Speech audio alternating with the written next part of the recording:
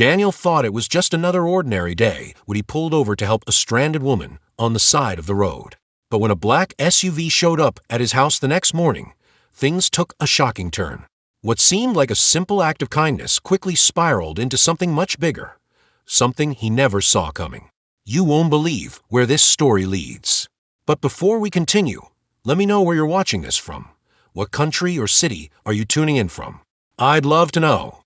The sun dipped below the horizon, painting the sky in hues of orange and purple as Daniel Johnson steered his beat-up pickup truck down a winding country road. His calloused hands gripped the wheel, the day's grease still etched into the lines of his palms.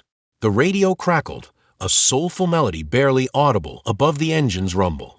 A flash of red caught his eye. Up ahead, a sleek sports car sat on the shoulder, hazard lights blinking urgently. As Daniel drew closer, he spotted a woman in a tailored suit pacing beside the vehicle, phone pressed to her ear. Without hesitation, Daniel eased his truck onto the gravel. The woman's head snapped up, her expression a mix of relief and wariness as she watched him approach. "Everything all right, ma'am?" Daniel called, stepping out of his truck. The woman lowered her phone, revealing perfectly manicured nails and a diamond ring that caught the fading light. "Flat tire," she said, gesturing to the rear wheel. "I've been waiting for roadside assistance, but—" Daniel nodded, understanding. "Mind if I take a look?" She hesitated, then nodded. "Please. I'm Emily, by the way. Emily Harrington." "Daniel Johnson," he replied, already kneeling to inspect the tire. "Looks like you hit a nasty puddle. No worries, I can have this fixed up in no time." As Daniel worked, Emily hovered nearby, her designer heels sinking into the soft earth. "I can't thank you enough," she said. "I've been out here for hours. So many cars just drove right by." Daniel glanced up, catching the hint of frustration in her voice. He'd seen it before, the surprise when someone actually stopped to help. "No trouble at all," he assured her. "Just doing what anyone would do." Emily's laugh was tinged with bitterness. Clearly not everyone. With practiced efficiency, Daniel changed the tire, his movements quick and precise. As he tightened the last lug nut, Emily reached into her purse. "Please let me pay you for your time." Daniel stood, wiping his hands on his jeans. "No need for that. Kindness doesn't come with a price." Emily blinked, caught off guard by his refusal. "But surely—" "Really, it's fine," Daniel insisted. "Just pay it forward someday, all right?" A moment passed between them, an unspoken understanding. Then Emily nodded, a genuine smile replacing her earlier wariness. "I will. Thank you, Daniel." As Emily drove away, taillights fading into the distance, Daniel climbed back into his truck. He'd helped plenty of stranded motorists before, but something about this encounter left him with an odd feeling. Shaking it off, he turned the key and headed home, unaware that his simple act of kindness was about to change everything. The next morning, Daniel recounted the story to his best friend, Marcus, as they shared coffee on Daniel's front porch. The modest house stood in stark contrast to the crumbling buildings that lined their street, a testament to Daniel's dedication and hard work. Marcus leaned back in his chair, eyebrow raised. "A rich white lady, and you didn't take her money?" Daniel shrugged. "Didn't feel right. I was just doing what anyone would do." "Anyone?" Marcus snorted. "Brother, how many times have we been stranded and no one stopped? Hell, remember when that cop pulled up behind your broken-down car and just called a tow truck instead helping?" Daniel's jaw tightened at the memory. "That's exactly why I stopped. I don't want to be like them." Marcus shook his head. "I'm just saying, be careful. Nothing good ever comes from mixing with those types. They live in a different world, man." "You worry too much," Daniel laughed, standing to refill his mug. "It was a one-time thing. Not like I'm going to see her or anyone from her world again." But as the words left his mouth, a sleek black SUV pulled up in front of Daniel's house. Two men in expensive suits stepped out, their polished shoes a stark contrast to the cracked sidewalk. Daniel and Marcus exchanged a look. "You were saying?" Marcus muttered. The men approached, their smiles not quite reaching their eyes. Mr. Johnson, the taller one asked. I'm Robert, and this is my associate James. We represent William Harrington. May we have a word? Daniel's brow furrowed. Harrington, as in? Emily Harrington's father, yes, Robert confirmed. He was quite impressed by her act of kindness yesterday and wishes to express his gratitude. James produced an envelope. Mr. Harrington would like to offer you a token of appreciation, a sum of $50,000 to be exact. Daniel's eyes widened, and he heard Marcus inhale sharply behind him. For a moment, he imagined what that money could do. Fix the leaky roof, help his sister with her medical bills, maybe even start that community center he'd been dreaming about. But then he remembered Emily's surprise when he'd refused payment, the way she'd looked at him like he was some kind of anomaly. His jaw set. I appreciate the offer, Daniel said slowly, but I can't accept that. I didn't help Emily for money. I did it because it was the right thing to do. Robert's smile tightened. Mr. Johnson, I don't think you understand the opportunity. No, I understand just fine, Daniel interrupted, his voice firm. And my answer is still no. Kindness shouldn't come with strings attached. The men exchanged a look, their friendly demeanor slipping. Mr. Johnson, James said, his tone cooler now, I strongly suggest you reconsider. This could be a life-changing amount of money for someone in your situation. Daniel bristled at the implication. My situation is just fine, thank you. Now, if there's nothing else, I think we're done here. Robert stepped closer, lowering his voice. Mr. Johnson, this isn't just about the money. The Harrington family has a certain image to maintain. Your cooperation would be mutually beneficial. Cooperation. Daniel's eyes narrowed. What exactly are you asking me to do? James glanced around the neighborhood, his disdain barely concealed. Nothing too taxing. A few photo ops, maybe a heartwarming interview about how the Harringtons changed your life. It's a win-win situation.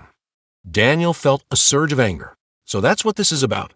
Using me as some kind of prop to make your boss look good. Mr. Johnson, Robert said, his patience clearly wearing thin. I'd advise you to think very carefully about your next move.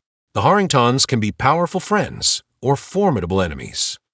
Marcus stepped forward, placing a hand on Daniel's shoulder. I think you gentlemen need to leave. Now. For a tense moment, no one moved. Then Robert nodded curtly. Very well. But remember, Mr. Johnson, this offer won't be on the table forever. You do well to reconsider. As the SUV pulled away, Daniel turned to Marcus, his expression grim. What the hell just happened? Marcus shook his head. I told you, man. Nothing good comes from dealing with those people. They think they can buy anything or anyone. Daniel ran a hand over his face, the weight of the encounter settling on his shoulders. I just changed a tire. How did it turn into this? Because to them we're not people, Marcus said bitterly. We're opportunities, props, whatever they need us to be to make themselves look good. As the words sank in, Daniel's phone buzzed. A news alert popped up on the screen, and his stomach dropped as he read the headline. Harrington family launches initiative to bridge racial divides. Local mechanic at center of heartwarming story. Daniel stared at the screen, a cold realization washing over him. This was bigger than a changed tire or an unwanted reward. Somehow, he'd been thrust into the center of a story he never asked to be part of, a story that was already spiraling beyond his control. Marcus, he said, his voice barely above a whisper, I think I'm in trouble. Marcus peered at the phone, his expression darkening. Nah, brother, we're in trouble, and something tells me this is just the beginning. As the sun climbed higher in the sky, casting harsh shadows across the war neighborhood, Daniel couldn't shake the feeling that his simple act of kindness had set in motion a chain of events that would test not just his principles, but the very fabric of his world. The true cost of his good deed, it seemed, was yet to be paid. Daniel paced the worn floorboards of his living room, the news alert on his phone burning a hole in his pocket. Marcus sat on the threadbare couch, his usual easygoing demeanor replaced by a tense frown. We gotta do something, man, Daniel said, running a hand over his close-cropped hair. They can't just use my name like that. Marcus leaned forward, elbows on his knees. You try calling that Emily woman? Maybe she can put a stop to this. Daniel shook his head. No number. Besides, who's to say she's not in on it? A sharp knock at the door made them both jump. Daniel approached cautiously, peering through the peephole. His shoulders sagged with relief. Mrs. Washington, he said, opening the door to reveal his elderly neighbor. Everything okay? The woman's weathered face creased with concern. I just saw the news, Daniel. Is it true? Are you really working with those Harrington folks? Daniel's stomach twisted. No, ma'am. It's all a misunderstanding. I just helped their daughter with a flat tire, that's all. Mrs. Washington's eyes narrowed. Well, you be careful. Those types, they don't care about us. They'll use you up and spit you out without a second thought. As she shuffled away, Daniel closed the door, his mind racing. If Mrs. Washington had seen the news, how many others in the neighborhood had? We need to get ahead of this, Marcus said, voicing Daniel's thoughts, before it spirals out of control. Across town, in a sleek high-rise office, Emily Harrington stood frozen, her father's words echoing in her ears. It's a golden opportunity, Emily, William Harrington said, his voice smooth as silk. This mechanic's little act of kindness is exactly what we need to turn the tide of public opinion. Emily frowned, a nagging sense of unease growing in her chest.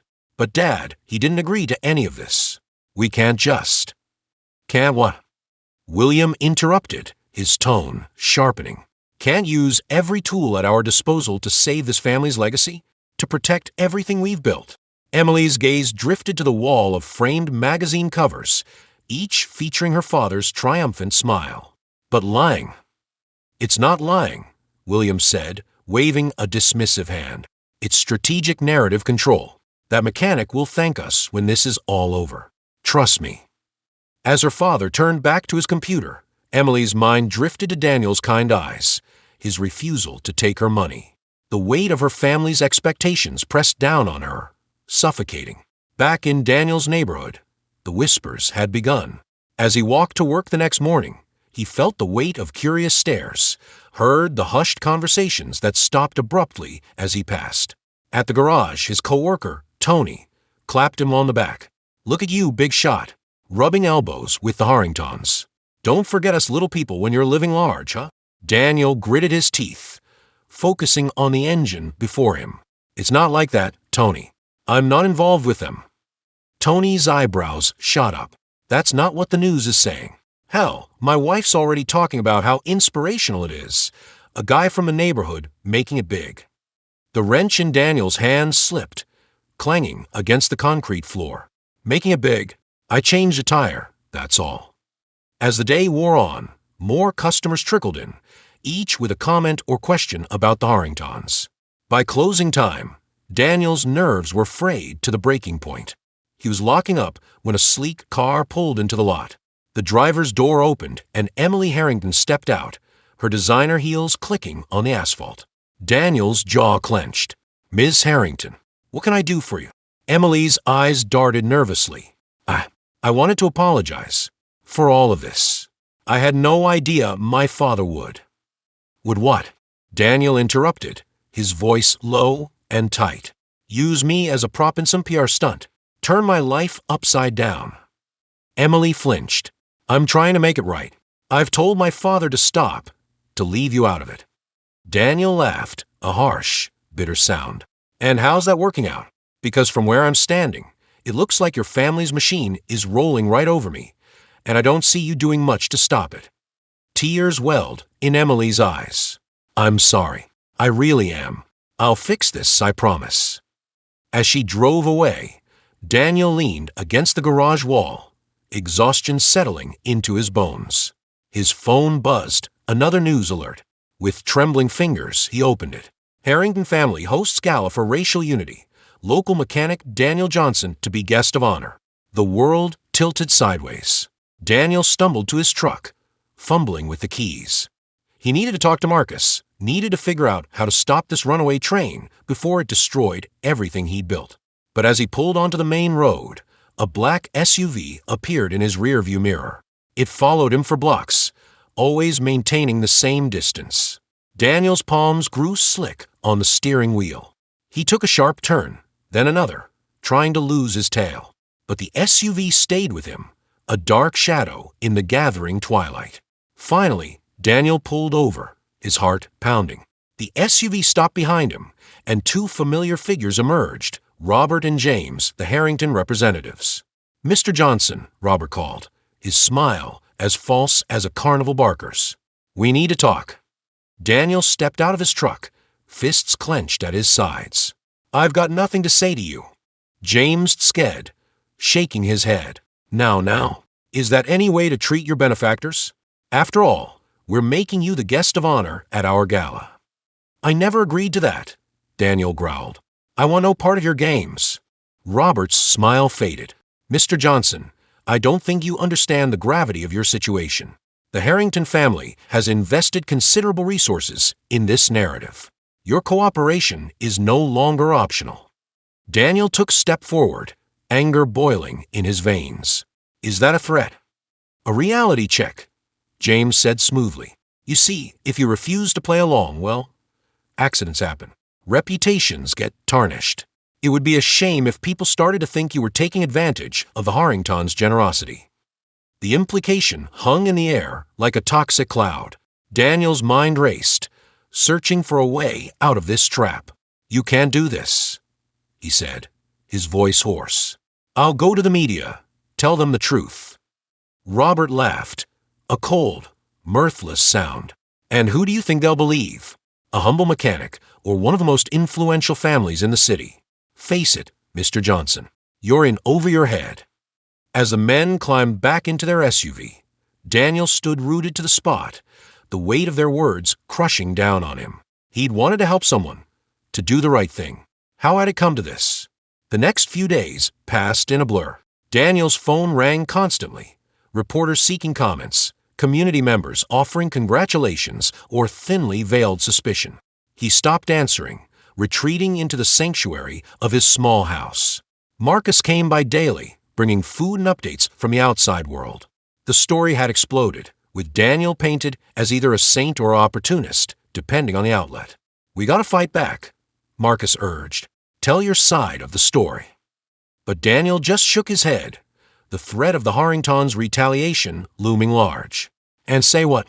That I'm being strong-armed by a wealthy white family? Who's gonna believe that?" As the day of the gala approached, Daniel felt the walls closing in.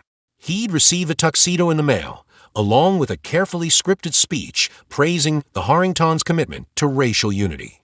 The night before the event, a soft knock at his door roused Daniel from a fitful sleep. He opened it to find Emily standing there, her eyes red-rimmed and desperate. "I can't do this anymore," she said, pushing past him into the house. "My father, the lies, all of it. I want to help you expose the truth." Daniel stared at her, hope and suspicion warring in his chest. "Why now? Why should I trust you?" Emily met his gaze, her jaw set with determination. "Because I was raised to believe that money and power were everything. But you showed me what real integrity looks like, and I want to be on the right side of this fight."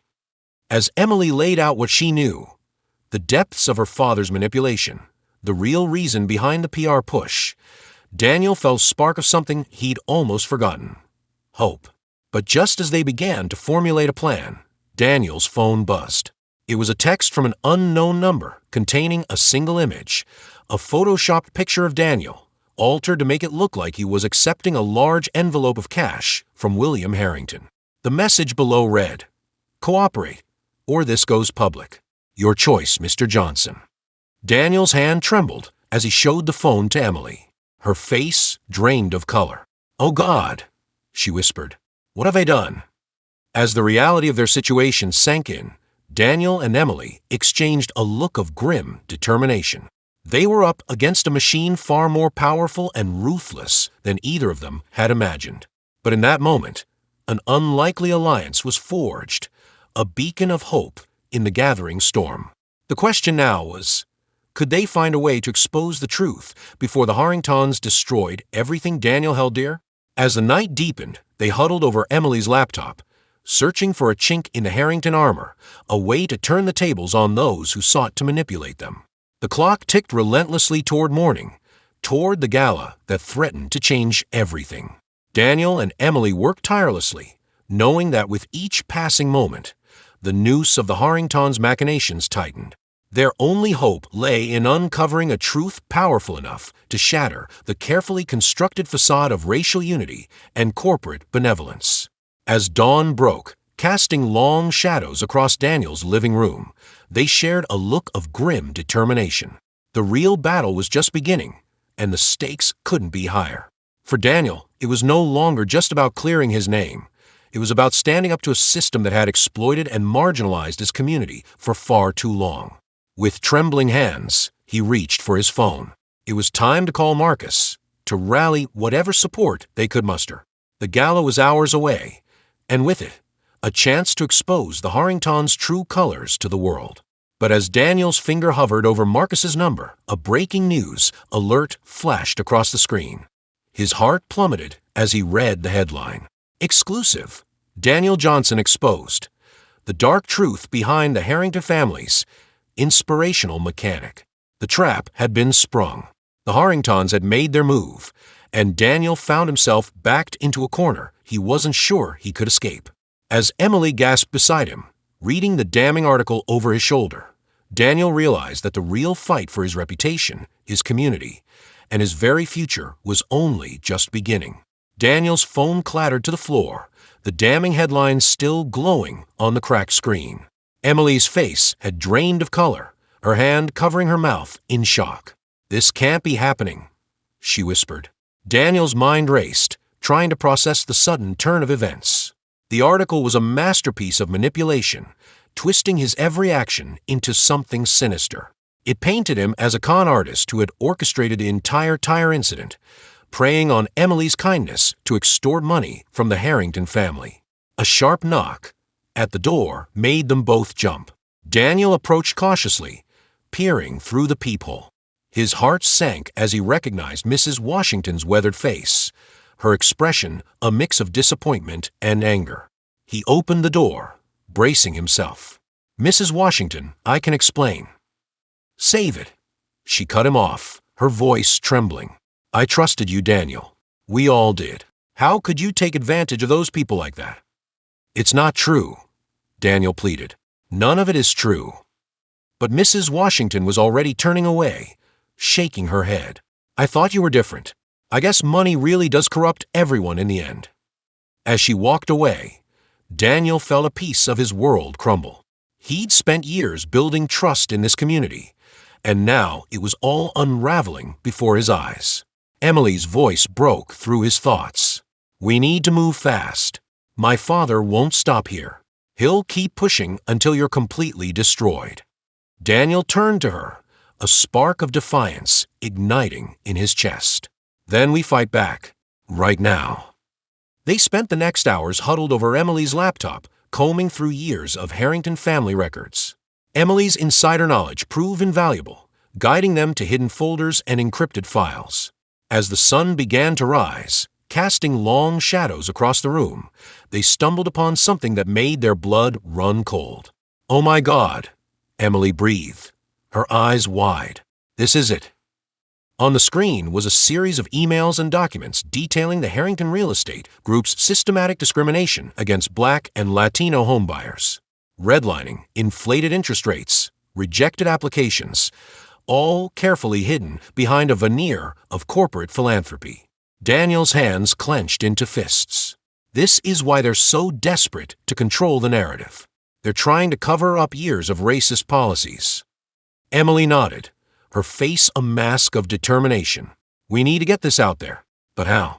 The media's already turned against you." A knock at the door made them both freeze. Daniel approached cautiously, relief washing over him as he recognized Marcus's familiar silhouette. He opened the door, but the words died in his throat as he saw Marcus's expression. His friend's eyes were hard, his jaw set in a tight line. "Marcus, man, I'm glad you're here. We've got proof that the Harringtons—" "Save it, Daniel." Marcus cut him off, his voice cold. "I saw the news. How could you do this to us? To the community? Daniel felt like he'd been punched in the gut. Marcus, you know me. You know I'd never. Do I? Marcus challenged. Because the Daniel I thought I knew wouldn't be mixed up with people like the Harringtons. Wouldn't be trying to cash in on our struggles. Emily stepped forward, her voice urgent. Please, you have to listen. We've uncovered evidence of the Harringtons' real estate discrimination. They're using Daniel as a scapegoat to cover it up. Marcus's eyes narrowed, flicking between Daniel and Emily. For a moment, doubt crept into his expression. Then he shook his head. I don't know what game you're playing, but I'm not buying it. You made your choice, Daniel. Now you have to live with it. As Marcus turned to leave, Daniel felt a piece of his heart break.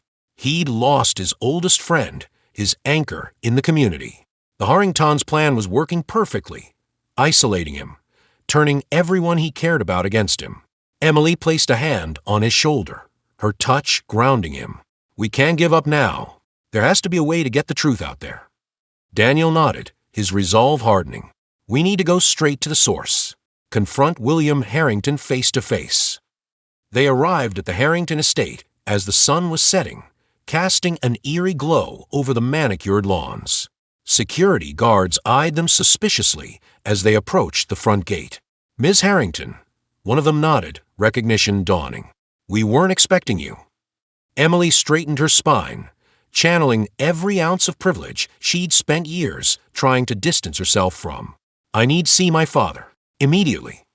The guard hesitated, then buzzed them through. As they walked up the winding driveway, Daniel felt like he was entering the lion's den. William Harrington was waiting for them in his study, a glass of scotch in hand. His eyes narrowed as he took in the unlikely pair.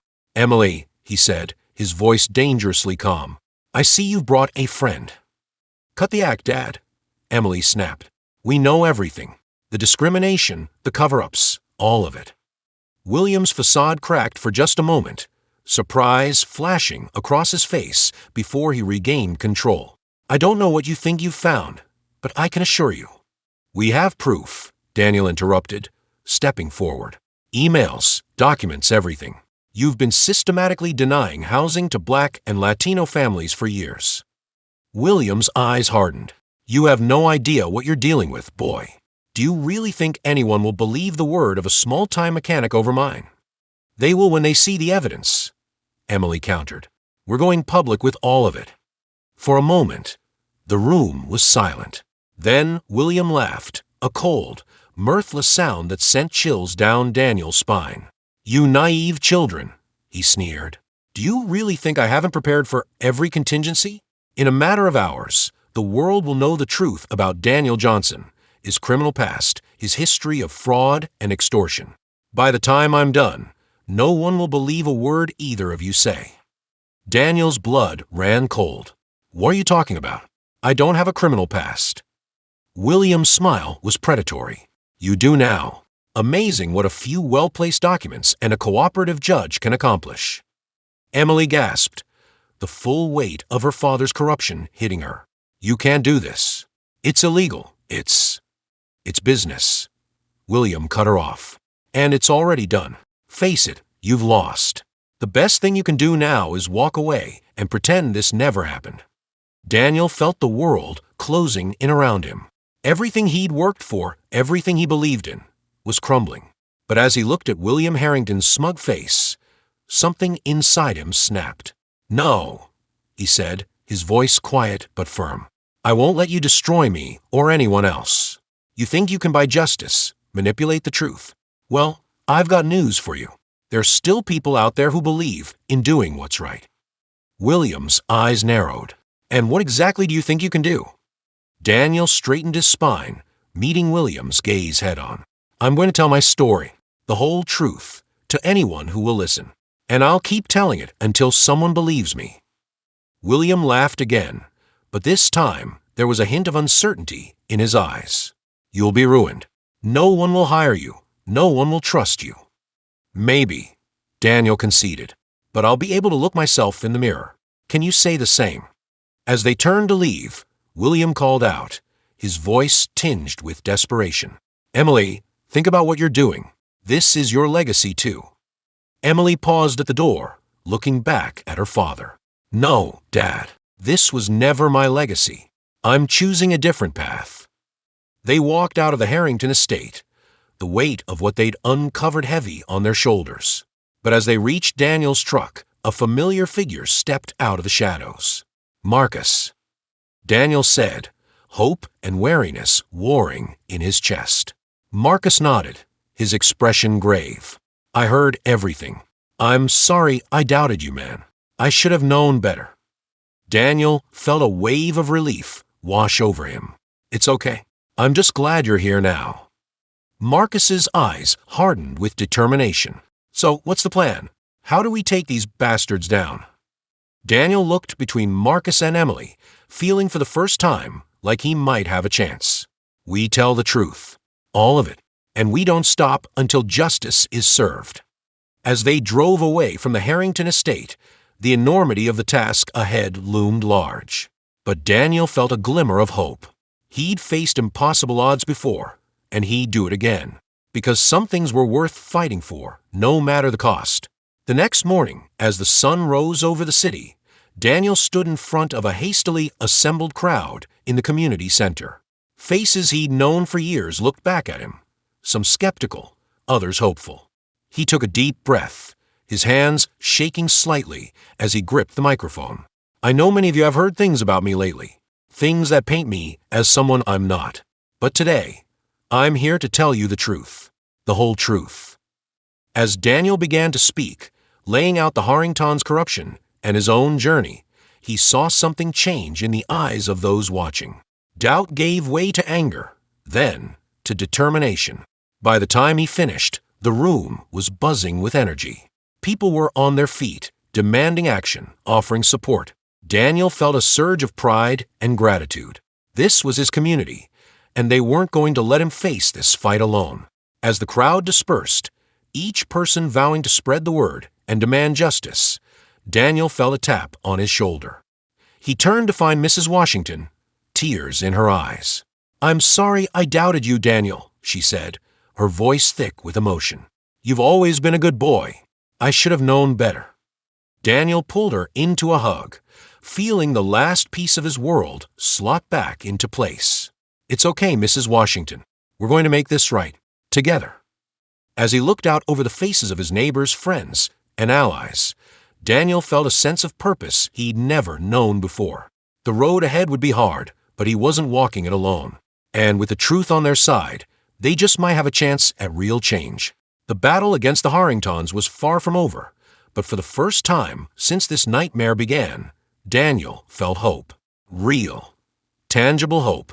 Because sometimes, all it takes is one person standing up for what's right to start a revolution. And Daniel Johnson was ready to lead the charge. Daniel stood at the podium, his hands gripping the edges as he faced the sea of cameras and microphones. The community center buzzed with tension, packed with reporters, activists, and curious onlookers. Emily and Marcus flanked him, their presence a silent show of support. Thank you all for coming, Daniel began, his voice steady despite the butterflies in his stomach. I'm here today to set the record straight and reveal the truth behind the Harrington family's so-called racial unity initiative. As he spoke, laying out the evidence of the Harringtons' discriminatory practices and their attempts to silence him, Daniel could feel the mood in the room shift. Skepticism gave way to shock, then to outrage. But don't just take my word for it, Daniel continued, nodding to Emily. I'd like to introduce someone who can corroborate everything I've said. Emily stepped forward, her face pale but determined. My name is Emily Harrington, and I'm here to confirm that everything Daniel has said is true. My father, William Harrington, has been systematically discriminating against Black and Latino homebuyers for years. I've brought documents to prove it. A murmur rippled through the crowd as Emily produced a thick folder of evidence. Reporters surged forward, clamoring for a closer look. As the press conference continued, with Daniel and Emily fielding questions and presenting their case, Marcus kept a watchful eye on the crowd. He spotted a commotion at the back of the room and tensed, recognizing the imposing figure of William Harrington pushing his way through. This is all lies and slander. William bellowed, his face red with fury. "I'll sue you all for defamation." Daniel met William's gaze, unflinching. "Go ahead, Mr. Harrington. We're not afraid of the truth anymore." The room erupted into chaos as reporters fired questions at William, who found himself cornered and floundering. His usual smooth demeanor cracked under the pressure, revealing the desperation beneath. As the dust settled and the press conference wound down, Daniel felt a tap on his shoulder. He turned to find Mrs. Washington, tears in her eyes. "I'm so proud of you, son," she said, pulling him into a tight hug. "You stood up for what's right, no matter the cost. That's real courage." Daniel felt a lump form in his throat. "Thank you, Mrs. Washington. That means more than you know." The following days were a whirlwind. As more victims of the Harringtons' discrimination came forward, corroborating Daniel and Emily's story, the media narrative shifted dramatically. What had started as a local scandal exploded into national news. Daniel found himself thrust into the spotlight, giving interviews and testifying before city officials. It was overwhelming, but he drew strength from the support of his community and the knowledge that he was fighting for something bigger than himself. One evening, as Daniel sat on his porch with Marcus, watching the sunset, his phone buzzed with a news alert. He read it aloud, his voice tinged with disbelief. "Breaking. William Harrington indicted on multiple charges of fraud and discrimination." Marcus let out a low whistle. "Man, I never thought I'd see the day. You really did it, Daniel." Daniel shook his head, a mix of emotions washing over him. "We did it. All of us. It wasn't just me." As the legal proceedings against the Harrington family unfolded, Daniel found himself grappling with unexpected feelings. There was relief, certainly, and a sense of justice served. But there was also a heaviness, a recognition of the pain and struggle that had brought them to this point. Emily, who had been disowned by her family for her role in exposing their corruption, threw herself into community activism. She worked tirelessly alongside Daniel and Marcus, using her insider knowledge and connections to push for systemic change in housing policies. One crisp autumn morning, as Daniel arrived at the community center, he found a crowd gathered outside. At the center of the commotion was a familiar black SUV, now adorned with a bright banner reading Bridgeview Community Youth Program. Marcus approached, a wide grin on his face. "Surprise, men. The DA's office sees this as part of the Harrington asset forfeiture. Emily pulled some strings, got it donated to us instead of being auctioned off." Daniel ran his hand along the sleek vehicle, marveling at the twist of fate. From a symbol of oppression to a tool for change. Who would have thought? As they prepared for the SUV's inaugural trip, ferrying kids to a new after-school program, Daniel felt a tap on his shoulder. He turned to find a young boy, no more than 10, looking up at him with wide eyes. "Mr. Johnson," the boy asked hesitantly, "is it true that you stood up to the bad rich people all by yourself?" Daniel knelt down, meeting the boy's gaze. "Not by myself, no. I had help from a lot of good people. And you know what? The most important thing wasn't standing up to the bad guys. It was standing up for what's right, even when it's scary." The boy nodded solemnly, then broke into a gap-toothed grin. "When I grow up, I want to be brave like you." As the children piled into the SUV, their excited chatter filling the air, Daniel felt a profound sense of peace wash over him. He turned to Marcus, who was helping the last few kids buckle in. "You know," Daniel said, a smile tugging at his lips, "kindness doesn't come with a price tag, but it sure does come full circle." Marcus laughed, clapping Daniel on the back. "That it does, brother, that it does." As the SUV pulled away, carrying the hopes and dreams of a new generation, Daniel reflected on the journey that had brought them here. From a simple act of changing a tire to uncovering a web of corruption and discrimination, it had been a long and difficult road. But standing there, watching the vehicle that once symbolized everything he was fighting against now serve as a beacon of hope for his community, Daniel knew it had all been worth it. He had stayed true to his principles, faced down seemingly insurmountable odds, and emerged not just victorious, but transformed. The Harrington scandal had exposed deep-rooted issues of racial inequality and corporate greed, sparking a broader conversation about systemic change. Daniel found himself at the forefront of this movement, using his newfound platform to advocate for fair housing policies and community empowerment. Emily, having turned her back on her family's wealth and privilege, dedicated herself to repairing the damage done by years of discriminatory practices. She worked alongside community leaders, using her insider knowledge to dismantle the very systems her family had exploited. As for William Harrington, his empire crumbled under the weight of legal investigations and public scrutiny. The man who once seemed untouchable now faced years in prison, his name synonymous with corruption and racial discrimination. But for Daniel, the true victory wasn't in seeing the mighty fall. It was in witnessing the rise of something new and beautiful from the ashes of injustice. The community center, once struggling to stay afloat, now thrived, offering programs and support to those who needed it most. 1 year to the day after the fateful tire change that had set everything in motion, Daniel stood before a crowd gathered for the grand opening of the Bridgeview Affordable Housing Initiative. It was a project born from the ashes of the Harrington scandal, aimed at providing fair, accessible housing to families who had long been shut out of the market. As Daniel cut the ribbon, cheers erupted from the crowd.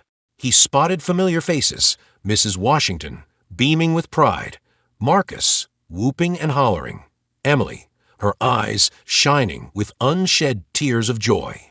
In that moment, surrounded by the community he'd fought so hard for, Daniel felt the full weight of their journey. He thought of all the small acts of kindness and courage that had brought them here, not just his own, but those of countless others who had stood up, spoken out, and refused to be silenced. As the celebration continued around him, Daniel found a quiet moment to reflect. He thought of that night on the dark road, changing a tire for a stranger. How could he have known then that such a simple act would set off a chain reaction that would change so many lives? But that was the thing about kindness, Daniel realized. You never knew how far its ripples would spread. All you could do was act with integrity, stand up for what's right, and trust that somehow, someway, it would make a difference. As the sun began to set, casting a warm glow over the new housing development, Daniel felt a sense of peace settle over him. The road ahead would still have its challenges, no doubt, but he was ready to face them, armed with the strength of his convictions and the support of a community united in the pursuit of justice. Because in the end, that's what it was all about. Not fame or fortune, not winning or losing, but the simple, powerful act of doing what's right, no matter the cost, no matter the odds. And in that, Daniel knew, lay the truest victory of all.